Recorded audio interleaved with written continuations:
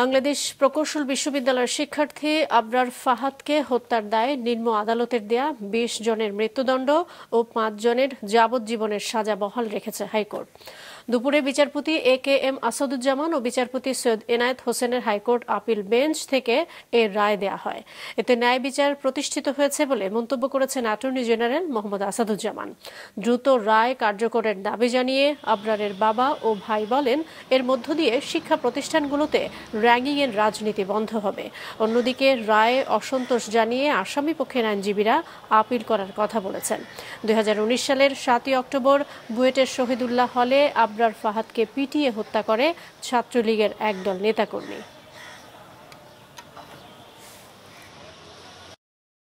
আমরা চাই যাতে অতি দ্রুত বিভিন্ন ধাপে আপিল বিভাগ সহ যেভাবে যে প্রসেস আছে এগুলি যাতে অতিলম্বে কার্যকর করা হয়।